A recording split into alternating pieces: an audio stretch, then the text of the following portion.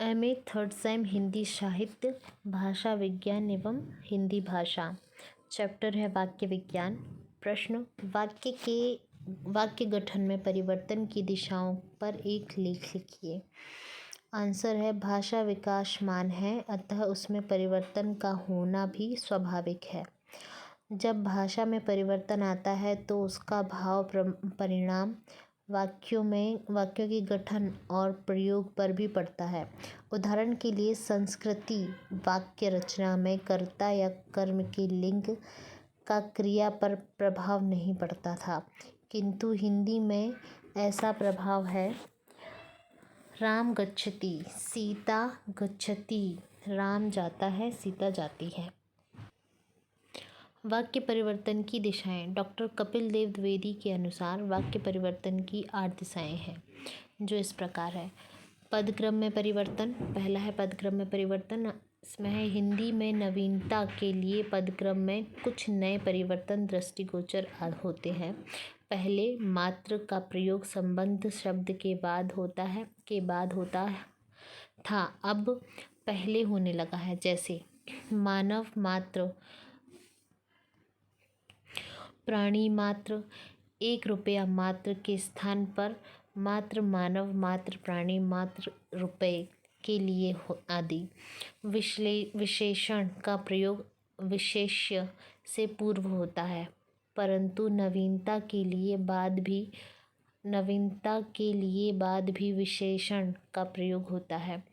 काला आदमी, प्रकृति दृश्य, जीवन लीला, उस महात्मा की, बच्चा सुअर का जैसा प्रयोग प्रचलित हो गए हैं। दूसरा है अन्वय का परिवर्तन। संस्कृत में विशेषण में लिंग और वचन की अवनति अनिवार्य है।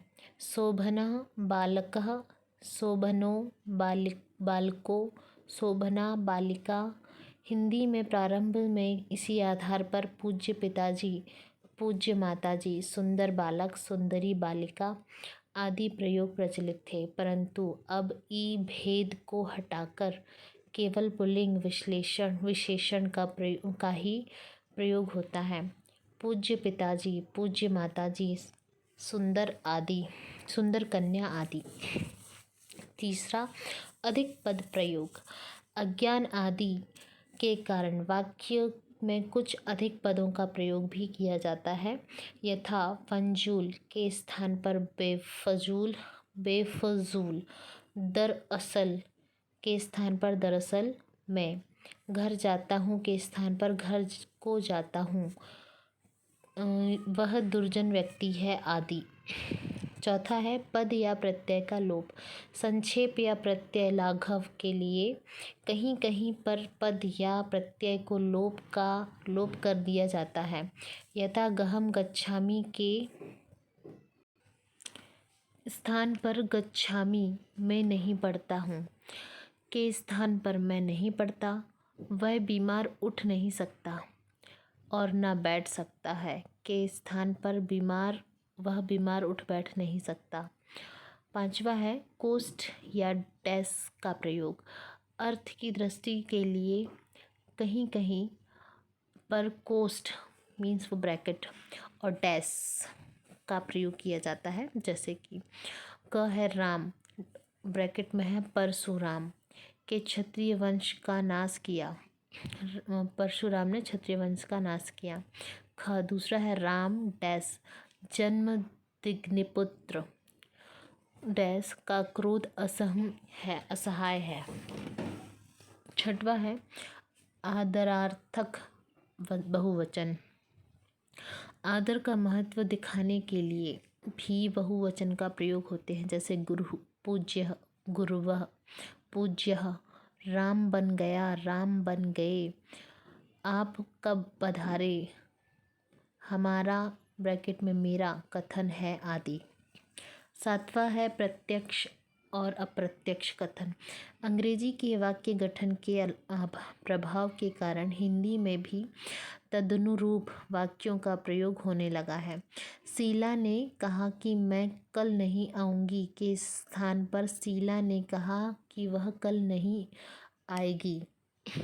8वां है कारक के लिए अर्धविराम। अंग्रेजी के अनुसरण पर हिंदी में भी संक्षेप के लिए कारक हिंदी के स्थान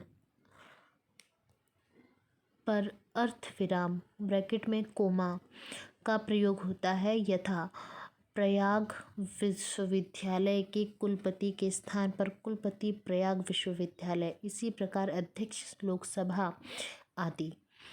नेक्स्ट लाइन है, ये 8 टाइप हो गए हैं वाक्य परिवर्तन के। अब इन्हीं दिशाओं को डॉक्टर भोलानाथ तिवारी ने इस प्रकार स्पष्ट किया है। पहला, वचन संबंधी परिवर्तन।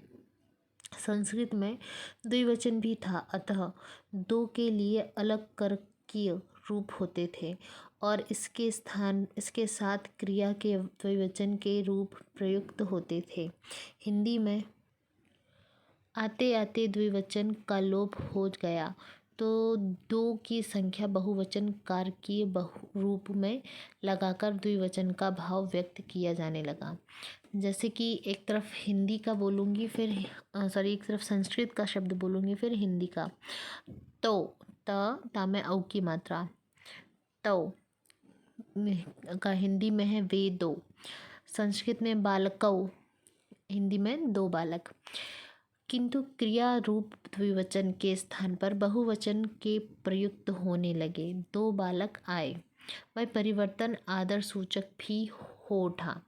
वर्मा जी सज्जन है। दूसरा है लिंग संबंधी परिवर्तन।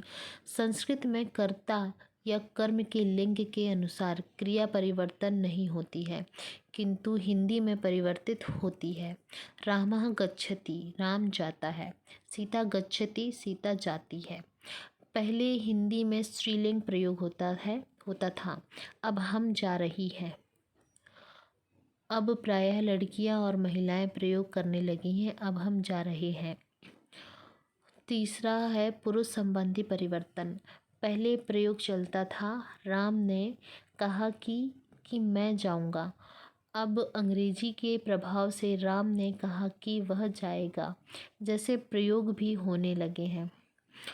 लोप। चौथा है लोप। पूर्ववर्ती प्रयोगों में कुछ लुप्त हो जाने से वाक्य अपेक्षाकृत छोटे हो जाते हैं। जैसे प्राचीन प्रयोग डैश राम नहीं जाता है, नया प्रयोग में है राम नहीं आता। प्राचीन प्रयोग में पहला सेंटेंस था राम नहीं आता है, नए प्रयोग में है राम नहीं आता। प्राचीन प्रयोग में है आँखों से देखी घटना, नया प्रयोग है आँखों देखी घटना। प्राचीन प्रयोग है वह पढ़ेगा लिखेगा नहीं, नया है वह पढ़े लिखेगा नहीं। तो फिर अब नेक्स्ट 5वां है आगम। अतिरिक्त शब्दों के आ जाने से भी वाक्यों में परिवर्तन हो जाता है। यथा राम ने कहा मैं जाऊंगा, मैं फारसी प्रभाव के कारण कि आ गया। राम ने कहा कि मैं जाऊंगा। हिंदी का प्रकृत प्रयोग डैश जो लड़का आया था वह चला गया। अब अंग्रेजी प्रभाव के कारण यह अतिरिक्त शब्द वह के साथ होने लगा, वह लड़का जो आया था चला गया। तो ये था प्रश्न number 21। Thank you for watching and listening.